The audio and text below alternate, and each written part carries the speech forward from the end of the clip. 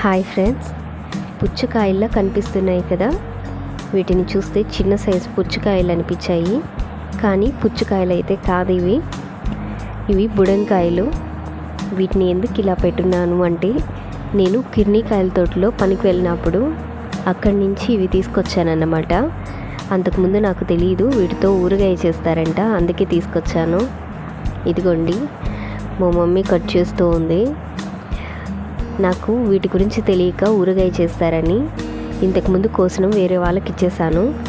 తర్వాత ఇంట్లో వాళ్ళు చెప్పారనమాట వీటితో ఊరగాయ వేస్తారని. అందువల్ల మళ్ళీ సెకండ్ టైం వెళ్ళినప్పుడు వాటిని తీసుకొచ్చాను. నాకు ఎలా చేస్తారు, ఏవేవి తీసుకోవాలో తెలియదు అనమాట. దొరికినవి దొరికినట్టు కోసుకొచ్చేసాను.